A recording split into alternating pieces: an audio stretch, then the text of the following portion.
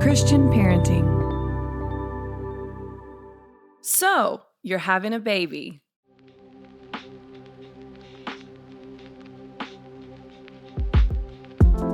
Today on the podcast, we chat with Liz Marie and Jose Galvan. Liz Marie is a blogger, interior designer, and co-owner of the vintage home decor boutique, The Found Cottage. Each month, hundreds of thousands of readers find design inspiration and DIY ideas at lizmarieblog.com.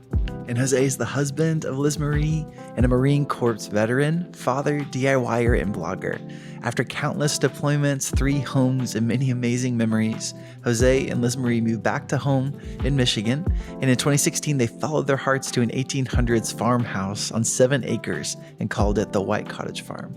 In 2019, the Galvans added their son, Copeland Beau, to the family. Now they share home remodels, DIYs, lifestyle vlogs, and everything in between. They have a unique and fun furry family of 8 sheep, 3 dogs, and a bunch of barn cats, plus a colony of bees. And today on the podcast, we're talking about their story of adoption, this wonderful book they have called We Belong to Each Other. We loved this conversation with them. It really did feel like talking to friends, and so excited to share it with you.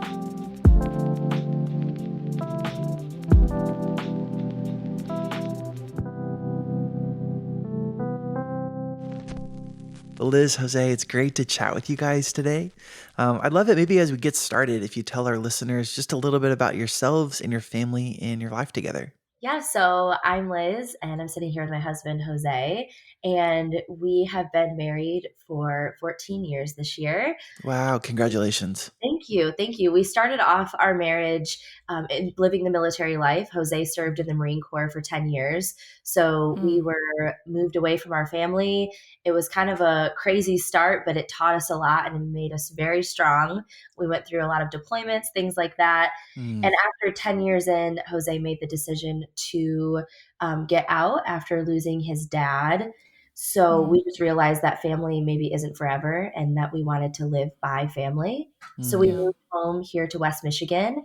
And shortly after we moved here, we found a farm that we currently live on, and we're renovating our 1800s farmhouse slowly but surely.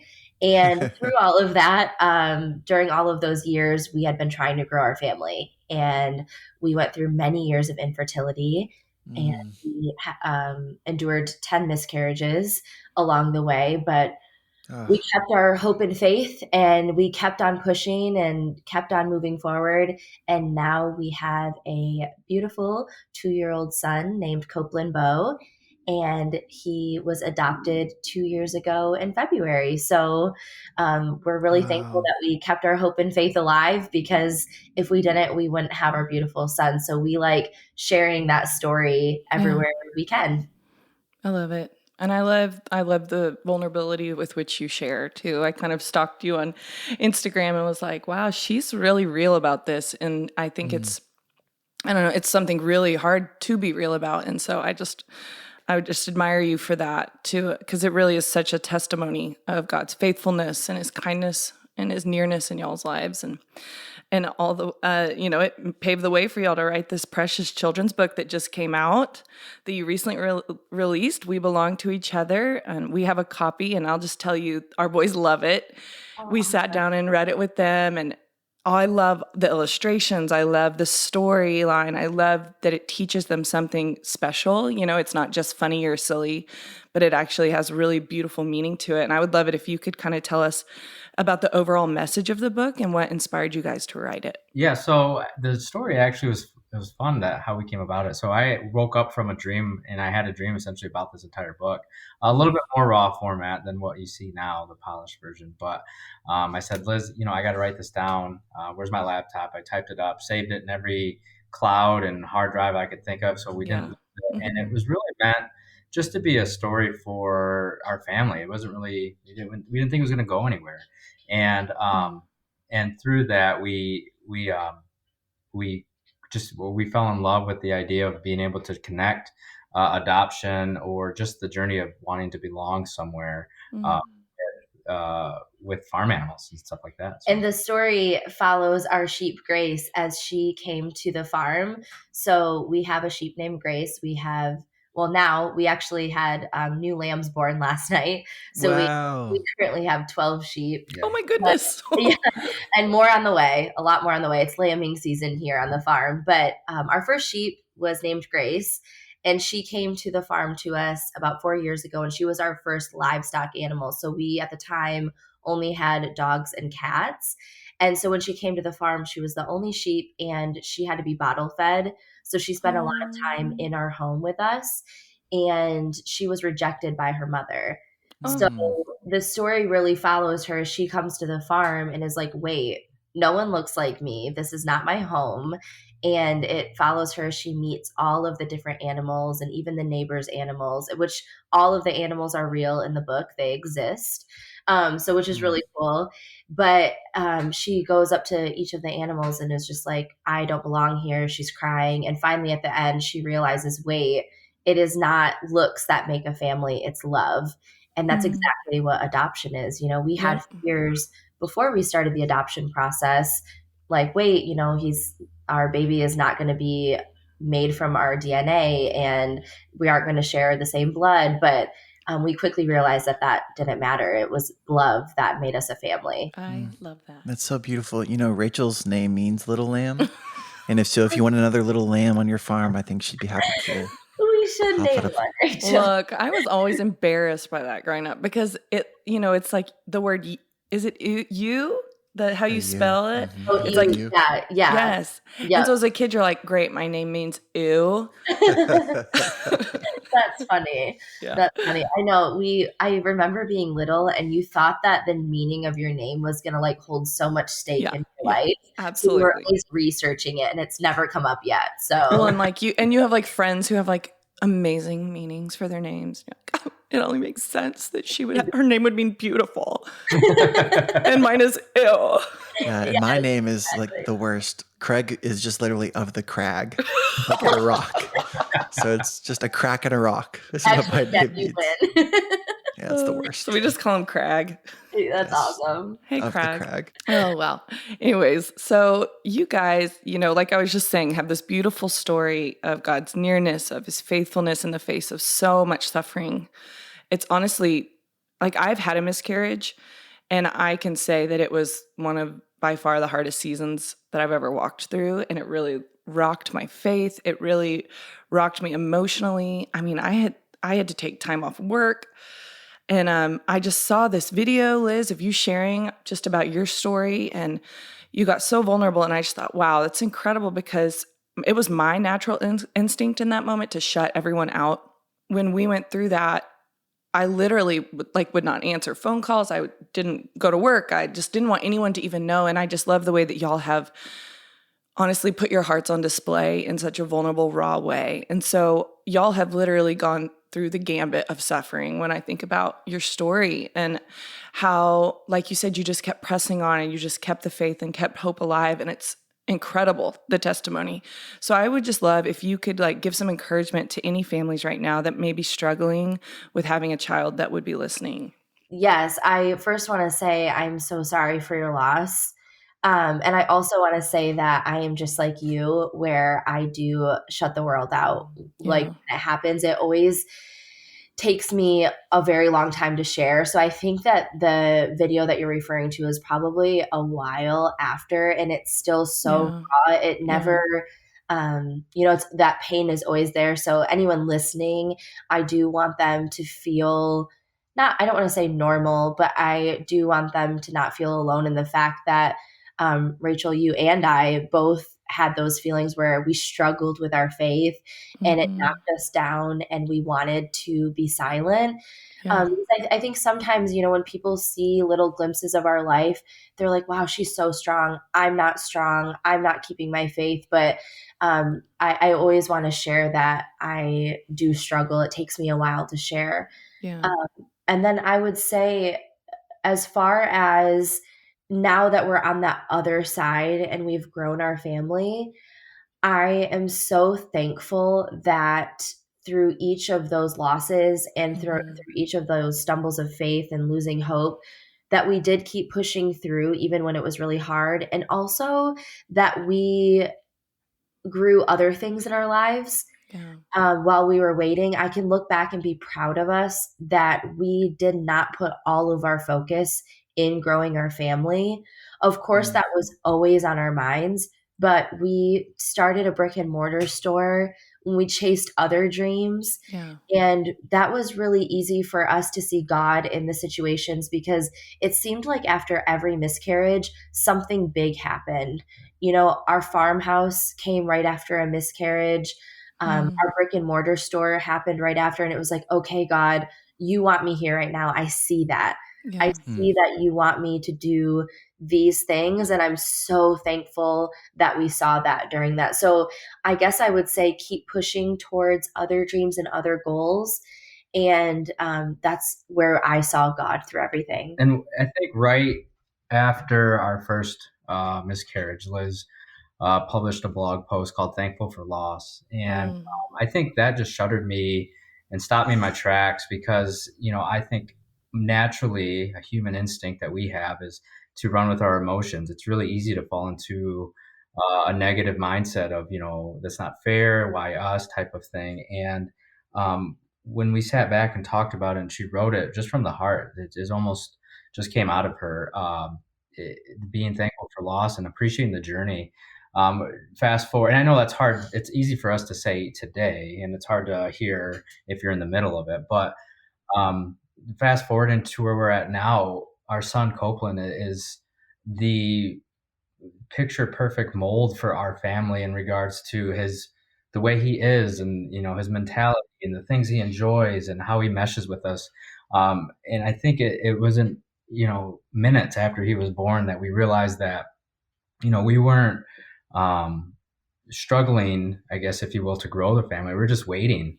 God, Yeah. God wanted us to wait for Cope and Yeah. Yeah. and for him to come into the world and connect with us. And that's really, I feel truly that was our purpose, is just to wait for him.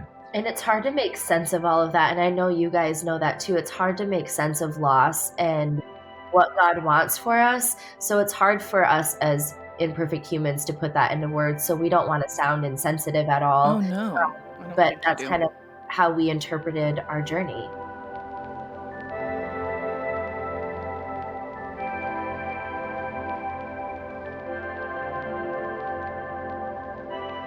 When I look back on that season, I would say it was the first, like you're talking about making sense of suffering. We want to do that so stinking bad.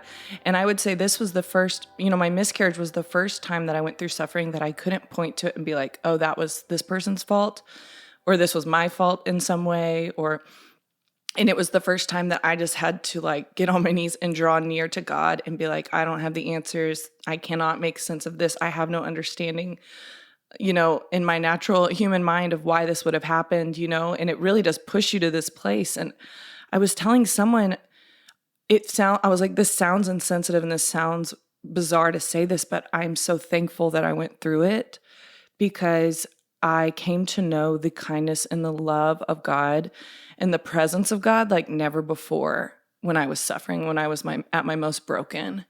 And that was honestly, looking back on it, it was a gift, because it transformed my walk with the Lord. And I do think that suffering has the power to do that if we stay soft and we really open ourselves up to the Lord in those really painful places. And that's a huge part of my testimony in finding God is I went to a Christian school my whole life. I went to Mm. church 3 times a week. And I can honestly say that I found God in that storm in my early Yep. 20s, middle Yep. 20s, like I never had before. And that's when I formed a relationship with Him. So without that storm, I don't know when I would have found God. And I am thankful for that. Yeah, it's so good. I remember one of my most profound experiences with God happened in that season where, Mm-hmm. what I do beyond this podcast is have this daily devotional called First 15. And we help a lot of people spend time alone with God every day in worship and reading and prayer. And I remember when we experienced that miscarriage, we were later into our first trimester and we found out really early. And so we had a couple months of, living with what we thought was going to be this baby we get to hold in our arms. And so that loss was felt significantly for us. And so as we went through that experience, as I know it is at any stage and any time, that sense of disappointment and loss and sense of suffering. But as we went into that stage, I remember it was weeks before I could get alone with God. And here I am, the author of this daily devotional that has a ministry helping like more than 1 million people spend time alone with God. And I can't do it myself. Like I felt this division and this sense of, I was so angry, in that season, and I couldn't understand I really felt like God directed us into that season of having a family. And then that was our first experience, was a miscarriage as we were trying to start a family. And as we got into that, I remember it was weeks, and I just got to this place where I just missed God. I just missed that sense of connection and relationship. And I spent a period of my life as a musician before we do what we do now.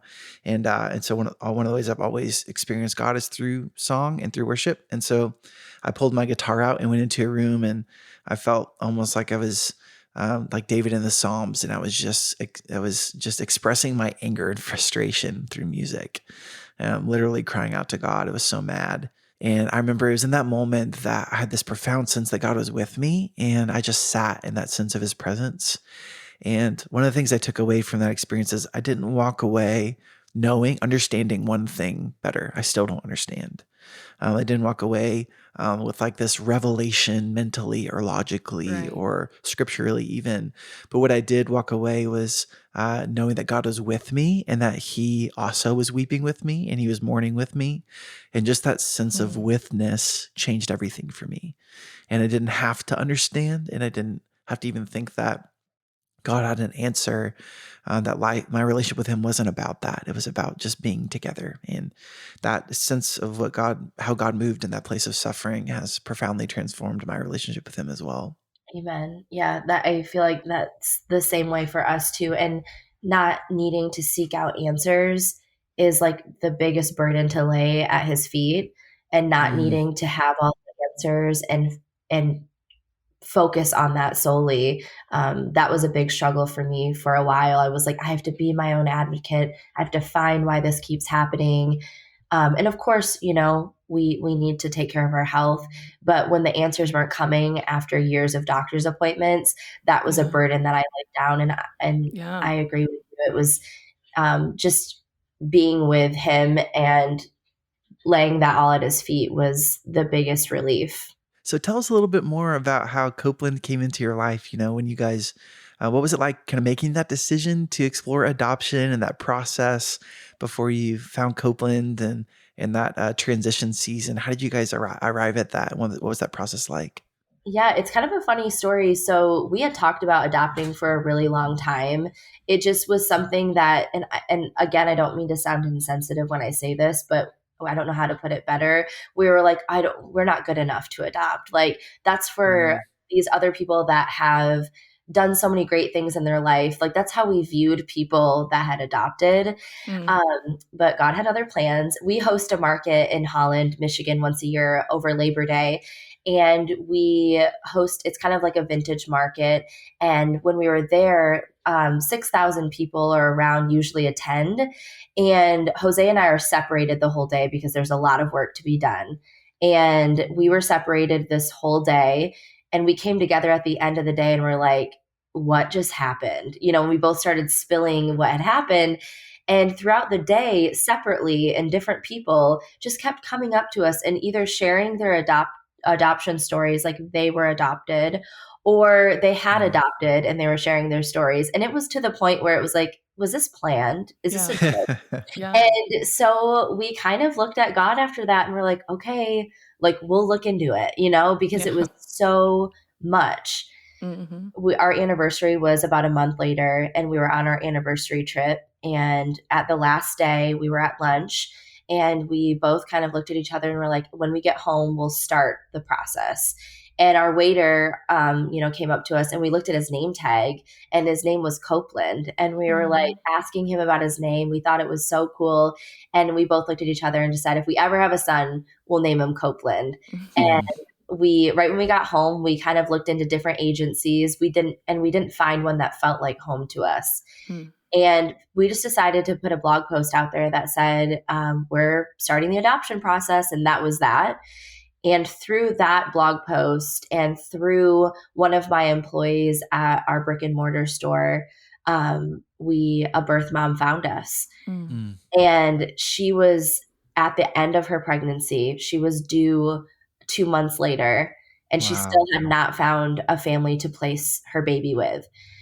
And so we had to do a home study that usually takes 9 months. We had to do it in less than a month.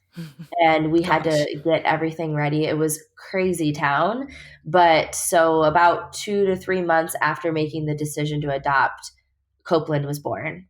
And it was just this wild story about how God was like, actually, no, you're going to adopt, and he's going to be here in a couple months. Yeah, in 2 months. Get to it. Get So, ready. we really didn't have time to think about it. And I know that there's probably a lot of people listening that have been in the adoption process for a long time, and I'm really sensitive to that. Ours happened to be quick after a long journey of infertility, and I know everyone's story is different, but yeah, that's how it happened for us. And one thing that we reflect, and it still gives us chills, is we went back and forth before of me leaving a corporate world setting for my job and jumping full time here on the blog and with our store and everything. And after Cope came into our life, we looked back and kind of did the math on everything. And his conception date was the same exact day, give or take, that we made the leap of faith to leave corporate and go into this essentially family business that we run now. Wow. So it was almost too. Everything was just surreal. Such a timeline that it was like, looking back, I always say this, and I think we all do. It's like, why did I worry? Yeah. It was such a perfect timeline that, and when he quit the corporate world to work with me full time, I straight up got the shingles as a 28, 29-year-old woman at the time. Wow. I was sitting there with shingles because I had worried myself sick. And looking back, I'm like, but that's what God wanted. We're both home with our son. And it was just really neat. Yeah. You just see like so clearly that the timing of God is impeccable in our lives, you know? Yeah. And it's so intentional. It blows my mind. And I think that is something about looking back at the stuff that is painful in our journey and being like, wow, if that hadn't happened, like what I have today would not, you know, be in my arms or whatever it may be. I think about my two boys, just probably like y'all do about Copeland, and be like, wow, I mean, I wouldn't have it any other way. And it feels weird and insensitive to say that, but I can't imagine not having the fullness that I feel in my heart right now with the way that our family looks. Yeah. And there's a lot of really neat stories that come from the adoption story. We have an open adoption with Cope's birth mom. She's amazing. That's incredible. Really, like, she's just a powerhouse. She's a nurse. She graduated nursing school being pregnant. And she is like, everything that she reaches for, she accomplishes. She's just a very accomplished woman. And I think placing Cope for adoption is this massive feat that she just accomplished. Everything that Cope's birth mom does, she just does it with such strength. And watching a birth mom go through what they do when they place a baby for adoption, I've never admired a woman more than that. And I always did before, but going through it and seeing the raw, real side of that it's inspiring. Yeah. There's actually a nonprofit, I think, here in Dallas called Brave Love. They call it that Brave Love, and it's for birth moms, and encourages, you know, them to put up their child for adoption. And it's just like, I think that's such an incredible, exact way to put it, is like, that is a brave love that you have, you know, for that baby. Yeah, and so good. I always think about, just as you guys are voicing this, I think there's this great opportunity to recognize that God is working always in ways that are seen and unseen. And I think what he's been trying to do in my life right now is I so often just have this trust based on the things that are visible that I can see that he's doing. And it's so nice when those things are seen. But I think he's been inviting me into this process of trying to trust the way that he's working in the unseen, just because I know him and what he's like and the things that he's about, and that he's always about reconciliation and restoration, and how he cares so deeply for all of us, but each of us at the same time. And I just, in your story, there's all these now you can look back and see all the ways that God was working in the unseen, in the life of Copeland's birth mom, and the family decisions that the two of you were making before Copeland came into your life, and the stories of suffering with the things that were exciting and amazing in the moments as well, and how in all of that God had this story in mind and this plan in mind that was so unseen and is now seen to a degree, and how beautiful that is. And I think it's hard to remember those things when the times are hard. But I think there's this great invitation God makes to us to have that sense of trust and a sense of relationship, even in when we have to trust that the ways that he's working are the ways that are unseen, that ultimately will bear fruit in our lives and for his kingdom. Yeah, and it's crazy to also think of like our parallel journeys as we were both heading down this adoption journey, with her placing Cope and us wanting to pursue adoption. And it's like these journeys were happening at the same time, both requiring a lot of faith, a lot of trust. And it's just really cool to reflect on that now. And the really neat part too is that we both actually went in wanting a closed adoption. Jose and I, at the time, we just thought that would be best for us, and what we did. And, she thought it would be best as well. And after spending 4 wonderful days together in the hospital and just becoming this little blended little family, we all decided, no, we want to be there as a family, a big family for Cope. And it's really cool to see his support system now with birth mom's family and our family. He just has a lot of people rallying around him and just cheering him on in life. So he has this big, beautiful, blended family, which is another theme in the book. It's just, we all became family because of this, and that would have never happened. And I just think that's really neat.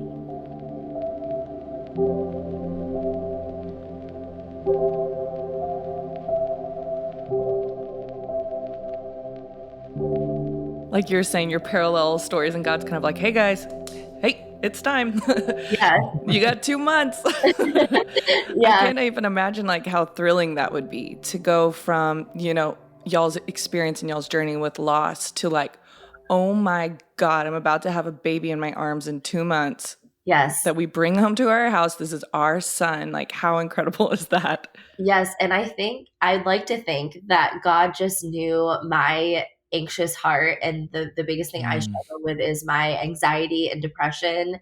And I think he just I'd like to think that he was like, I know she probably can't handle someone asking her when they're like 1 month pregnant, right? And they're having to wait the full pregnancy. So I'm just going to do it at the end. And it's just going to be my little gift to her. And I had no time to think about anything, which was just wonderful for my anxious heart. And it was awesome. That would be nice, actually. That would be really nice. I didn't have to think about anything. We didn't have a crib. We had absolutely nothing. There was a lot of, I fell asleep to YouTube videos of what do I need as a first-time parent, and what product do we need, what stroller do I need, what car seat. So I mean, it's crazy the amount of things. It's so unbelievable. Yeah. Well, and it's funny too. Now we are actually, with COVID and everything, that kind of delayed our start on the adoption process again. We're feeling very pulled to start again. That's exciting. And we would love to grow our family more. And so it's really neat talking to you guys about this today, because it doesn't always come up in our daily conversations with each other. So it's really neat talking this through with you guys, because we're really excited to start on that journey again. Round 2 is quite the journey. We have 2 little boys, and it is chaos. I can't even imagine. And that's always been my dream, is like, I always wanted to be a boy mom. I was always like 2 boys, that was always like, so we'll see what God has planned. I'm sure it's nothing like that, but we'll see. It really is like the best adventure. Actually, our last episode is we talk about going from 1 kid to 2. And I was listening back through it, and I was like, oh my gosh, we laughed like the whole way through that episode because of how crazy it is. And just all the weird, goofy stories from our boys about like how there's just debris everywhere in our home of like goldfish crumbs, which I'm sure y'all have that with Copeland too. We had that yesterday, actually. Oh my gosh. Did you say that? There were goldfish actually everywhere when Jose came back downstairs, and I was like, I don't know. And then you step on it, and then it just disintegrates and goes everywhere. Yep. Yeah, we're going Anyways. through this stage, and I don't know if this is normal, but we're going through the stage where we like to spit things out and then tell you that it's yucky 17 Mm-hmm. times. But then we like to Mm-hmm. grab another goldfish. That one's fine. But then Mm-hmm. we accidentally touch the wet one, and then we have to tell you that's nasty. He says that's nasty like 8 times, and it's like, what? That's from you. Is Copeland 2? Is he 2 years old? He just turned 2. So everything is, we have this book called Yum Yummy Yuck, where it tries to teach him about like that you don't eat your boogers and that, but Yeah. that you eat your vegetables and things like that. But we're very into telling you what's yum yummy yuck, and it's vegetables that are yuck. So for sure. actually, yeah. Wells is our youngest. He's 2. He turned 2 in December, and he is such a hot mess, and we adore him. But I cannot get him to eat anything but snacks. And I saw this meme the other day that was like, so toddlers have 2 stomachs. One is for snacks, or one is for dinner and breakfast and like real meals, and it has absolutely zero capacity for food. And then they have a snack stomach that has an endless capacity and is never full. And you could give them so many snacks, because even our mom was over here the other night. She's like, I cannot get Wells to eat dinner, period. It just made me feel so seen and so my God. normal, because I go to bed every night with mom guilt because he Yes. literally eats pita bread Yes. and apple juice and milk. Yep. And every day it's cookies. And I'm like, I always said, it's funny what you say before you become a parent. I'm like, I'm never going to have a picky eater. Right. Because Jose and I eat so many different foods and we love everything. And nope, he told us different. Yeah, the other day I was washing dishes in the kitchen, and he was watching Moana. He loves Moana right now. Yes. And all of a sudden I'm in the middle of it and I'm hearing like this crunching noise, like this ruffling. I look over and I don't know where he got it, but he went into our pantry and pulled out a bag of Dorito chips and was just sitting on next to on the sofa just eating like a teenager. Dorito chips. Yeah. That's Wells too. I was hungry. I wanted that. Wells, he's obsessed with jalapeno chips. You know, those kettle jalapeno chips? Yes, yum. And he's always like, Mommy, spicy chips. And I like made him this healthy dinner last night with, chicken and vegetables and fruit. He only eats the strawberries, and he's like, Mommy, spicy chips. I was like, nope. We did, the standoff where you're like, yes. Nope, eat your chicken. No, eat your veggies. And then at the end, I just cave and I'm like, here's a yogurt, whatever. Yes, exactly. Go to bed. That's so funny. They're the exact same age. Yep. I think they are. It's there's nothing like a toddler to humble you. That's so true. Yes, because we love food and we love to cook. Like when music became like a job and then writing was kind of a job, I found cooking as like a hobby that wasn't work. And when we were in New Orleans on a vacation, and so we came back and we both love to cook. We cook together, and it's so humbling to feel like you can make delicious food, and then for your kids to be like, "This is disgusting." Yes, exactly. Yeah, our 4-year-old will tell us this is disgusting. Like so distinct, like so clear, like that's what we have to look forward to.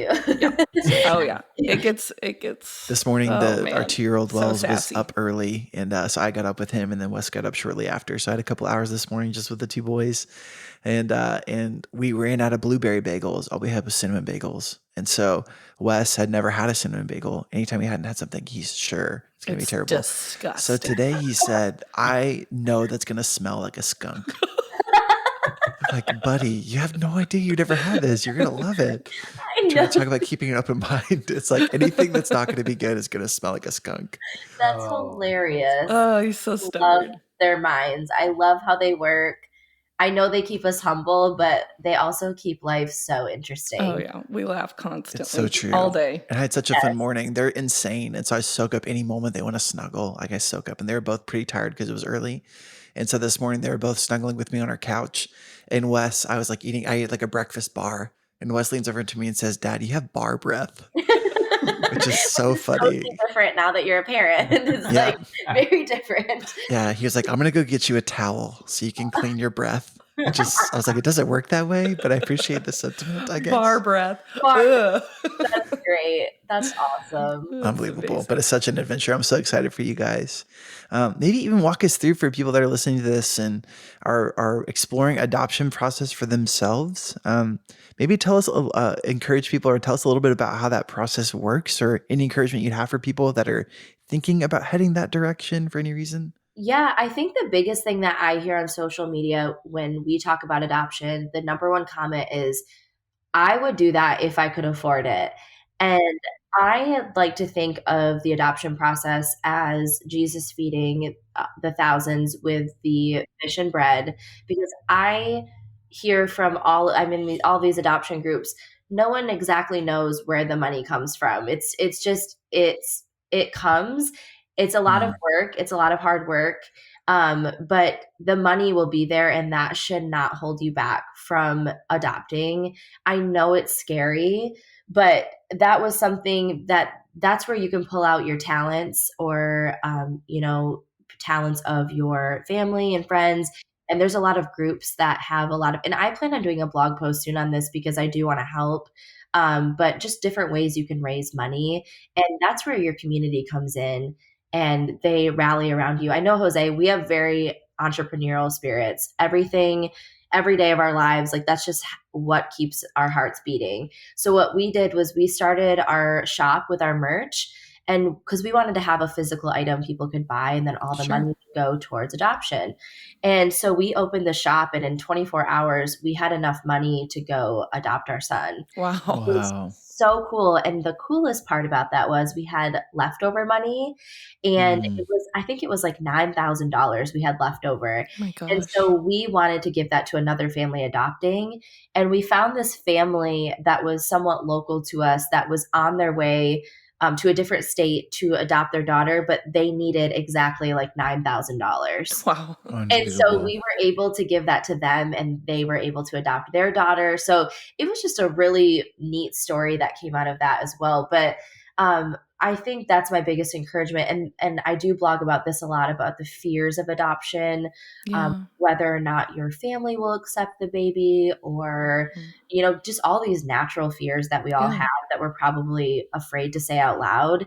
And all of those were just instantly washed away the second we adopted our son. And I was like, why did I ever worry about that? But it is natural. And so I would say that, of course, there's a lot of fears, just as with, getting pregnant, there's a lot of fears in the whole thing, but just that those will be taken care of. I would encourage people, if they think, if they even not even certain that they're going to adopt, is find some local adoption agencies in the area. And they usually have like an introductory course to them and how it all works.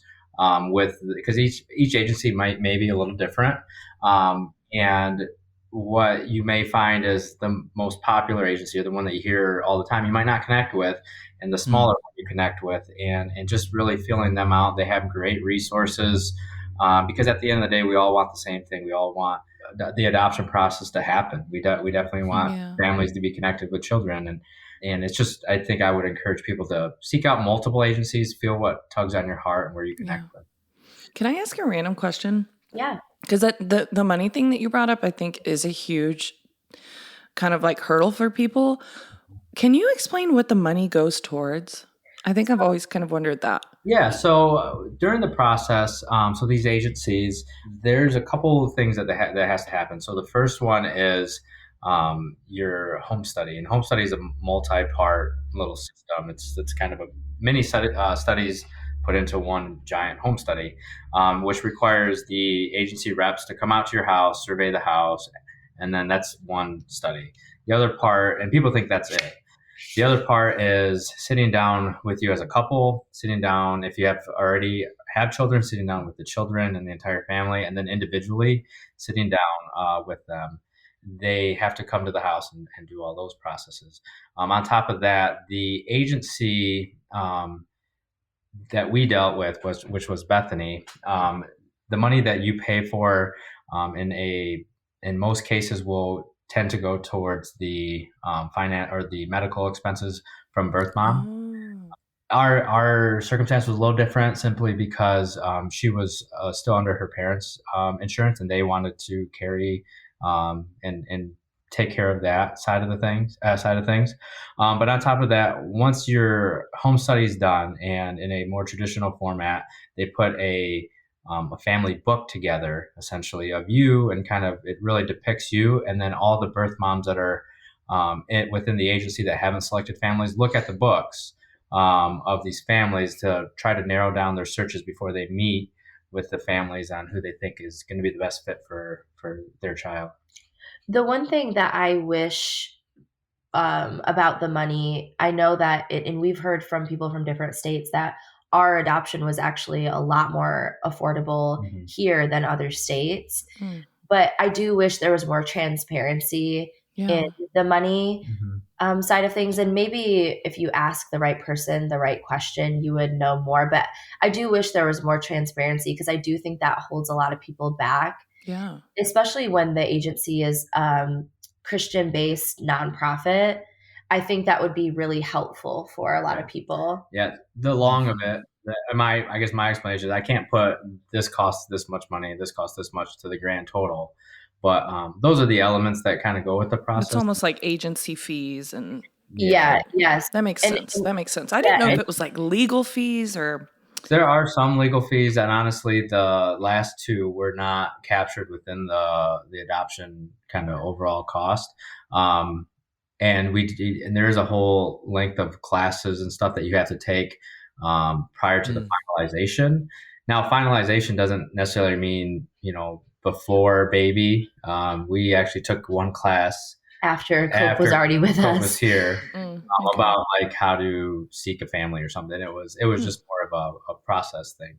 And on top of that too, this isn't about the money, but you take these classes, and I, like Jose said earlier, encouraging people to go to these agencies. A lot of times they'll have panels, and that was what I found most interesting was they had a panel of someone who had adopted internationally, someone that fostered, someone that did domestic, and then I think a couple others that were mixed in there, maybe a double international. But it was really interesting, and it really solidified how we wanted to adopt, and that was domestic infant.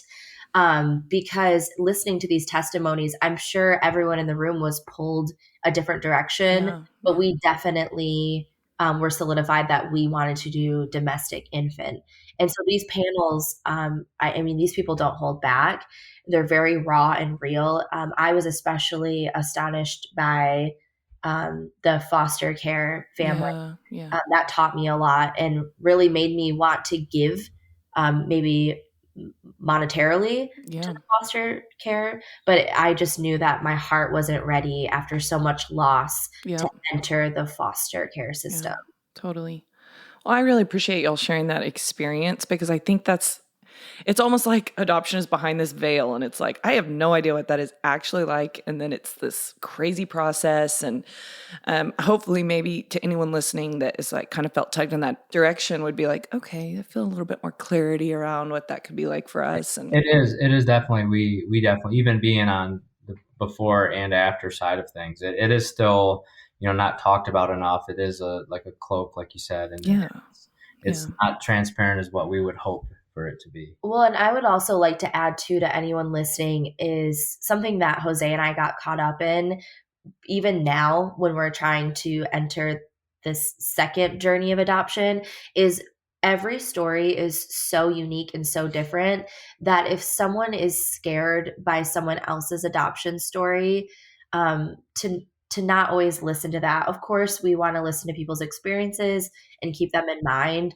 but everyone's story is so unique and so different that I don't want anyone to be scared away from adoption because you've heard a horror story about it.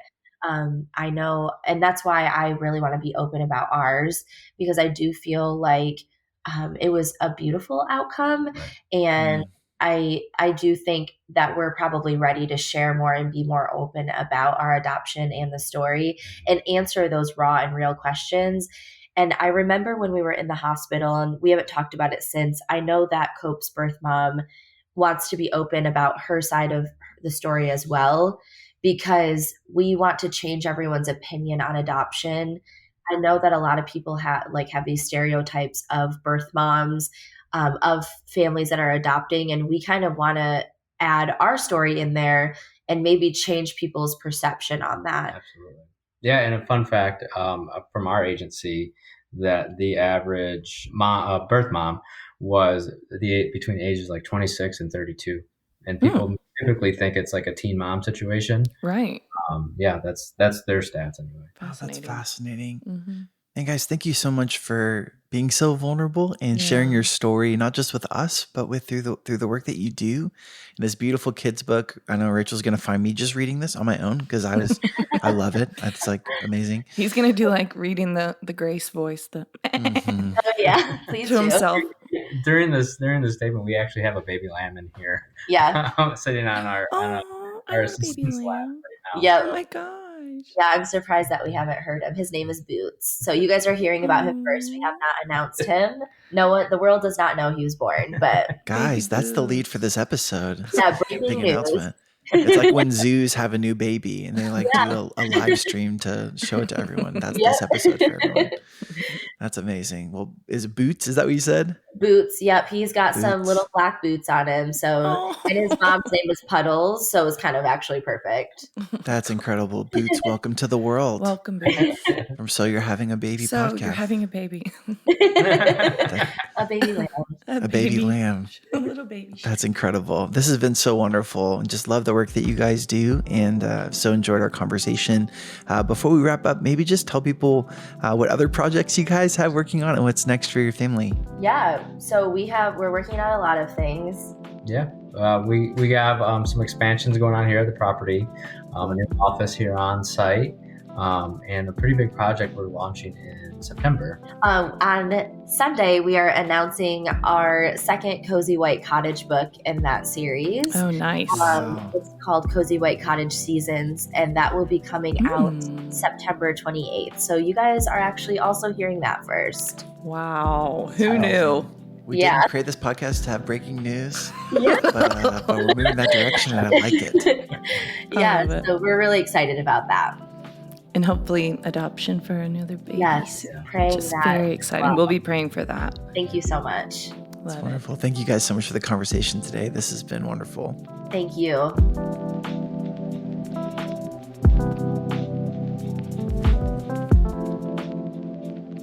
What a great conversation. Just so you know, We Belong to Each Other is out now and available at lizmarieblog.com. We love this book. We would really encourage you guys to get a copy to read to your kiddos, to connect with the Galvans, follow along with them on Instagram at lizmariegalvan. I'll also link to their website, their book, and social media in the show notes for today. As always, if you would follow or subscribe to the So You're Having a Baby podcast, you'll be the first to know when we launch new episodes of content. You can go to christianparenting.org to find our book, A Parent's Guide to a New Baby. We know that parenting a newborn is real hard, but we're here to help.